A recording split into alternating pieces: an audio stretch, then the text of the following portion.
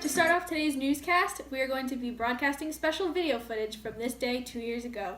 We will be discussing the impact of Uncle Tom's Cabin, an anti-slavery novel written by Harriet Beecher Stowe. Let's go to the clip of Diana Williams interviewing author Harriet Beecher Stowe. Welcome. We are glad you can make it to this interview today. Would you mind if we asked you a few questions? Of course. Okay. We would first like to question you on the plot of your novel. Well, the novel depicts the reality of slavery while also asserting that Christian love can overcome something as destructive as enslavement of human beings. And what inspired you to write this novel? I'm an active abolitionist and decided to write the novel as a response to the passage in 1850 of the Second Fugitive Slave Act. I also believe that the country was requiring me to comply with the system that I thought was unjust and immoral. I wanted to share this belief with others. And what is the Second Fugitive Slave Act? The Second Fugitive Slave Act was part of the Compromise of 1850, and it stated that one could be fined up to $1,000 and 6 months in jail for not reporting fugitive slaves. And what kind of response is your book getting in the North and the South? I've heard in the North that many readers realize just how unjust slavery is, and abolition has gained more support. The Southerners, on the other hand, feel threatened that my little book is a pack of lies, and some states even banned it. How do you want your name to be remembered? Well, I never wrote the book for recognition. If people remember one thing from this, remember the cause. Remember the horror and brutality of slavery and how it needs to be abolished once and for all. Inspiring. Thank you for your time. Now back to you in the studio. That was a nice clip from our past. Let's go to another flashback video of the presidential election of 1852 just after the results were announced. Roll the clip. My name is Sharon Israel, and we are here today at the presidential election of 1852, and the results are just about to be announced. The top two candidates are Franklin Pierce and Winfield Scott. Pierce is a candidate for the Democratic Party, and Scott is a candidate for the Whig Party.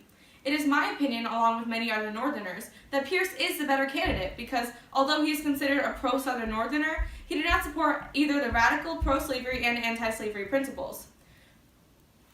The results are in. Franklin Pierce is a new president. In my opinion, the winner of the election was clear the entire time. Throughout the election, the Whig Party split between the North and the South. While the North supported Scott for their candidate, they did not support his platform. On the other hand, while the South supported Scott's platform, they did not support him as their candidate. That was great. I think we should discuss our nation's rapid expansion. In the past 50 years, our nation has expanded about 2 million square miles. One example of this is the Gadsden Purchase last year in 1853. One of the reasons for this rapid expansion was the Manifest Destiny, written by John O'Sullivan.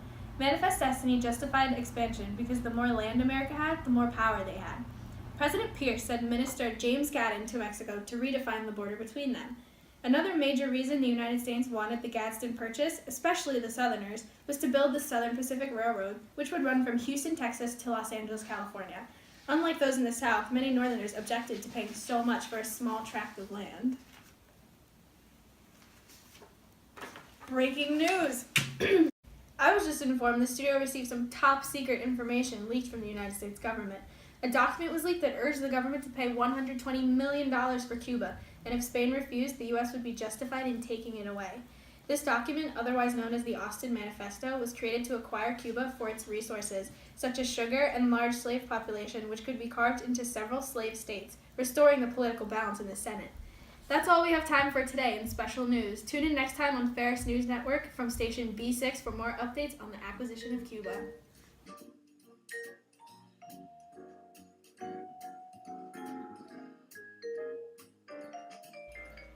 Welcome to today's weather report. As you can see, we're in for a little bit of snow. I'm already getting goosebumps. So I advise you to stay in, shut the doors, grab a mug of cocoa, and wrap yourself in a warm, thick blanket. I know I will be. See you next time.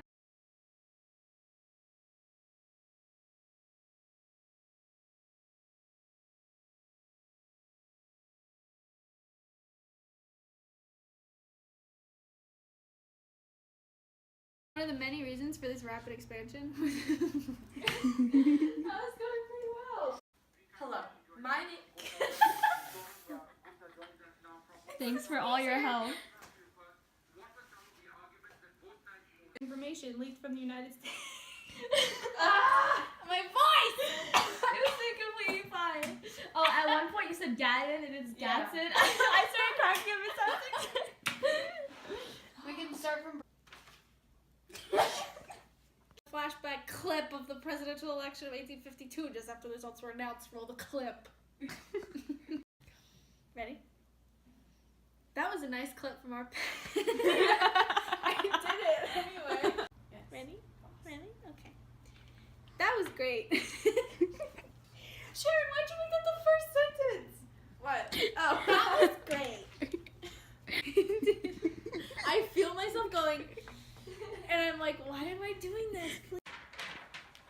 You're weird. Ferris Bueller, you're my hero. Are you guys ready?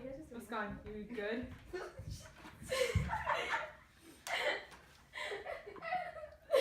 Alright, you guys have to hold the paper on your laps. Oh, I can't. I got that. I got that. Okay. Welcome. We are so glad you can make it to the interview we set up today. Would you be okay if we asked a few questions? Of course. Okay. We have set up today. Would you be okay if we asked a few questions? Of course. Well, if you weren't, find out. Of course. Hello. Hello.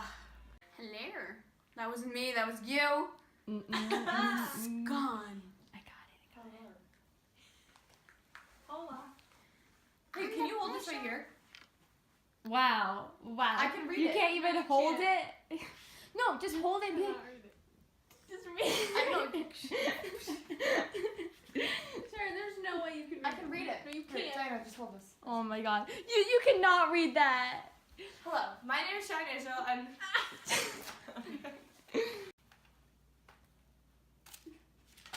Hang on. I got that. I got that. Okay.